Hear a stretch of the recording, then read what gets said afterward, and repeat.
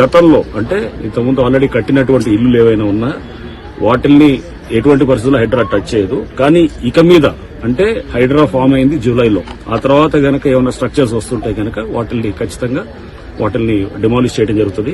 చెరువు ఎఫ్టీఎల్లోకి వచ్చి కడుతున్నటువంటివి కానీ ఇప్పుడు ఏదైతే గనక ఆల్రెడీ పర్మిషన్ లేకుండా ఉన్న వాటి గతంలో పర్మిషన్ తీసుకుని ఏమన్నా పాత డేట్స్ తోటి కడుతుంటే గనక ఓకే, దట్ ఈస్ యాక్సెప్టెడ్. కానీ బట్ ఇప్పుడు పర్మిషన్ లేకుండా వచ్చేటువంటి ఇక్కడ పర్మిషన్స్ కూడా ఇక మీద అంటే హైడ్రా ఫార్మేషన్ తర్వాత వచ్చే పర్మిషన్స్ కూడా అది వస్తే కూడా దాని మీద కూడా మేము చెక్ చేస్తాం. అటువంటి పర్మిషన్స్ కూడా న్యాచురల్ గా ప్రభుత్వం కూడా స్పష్టం చేసింది. పాత పర్మిషన్స్ ఉన్న వాటిని ఆనర్ చేస్తాం, కానీ కొత్తగా పర్మిషన్స్ ఎక్కడ కూడా అది యాక్సెప్ట్ చేయమని చెప్పేసి.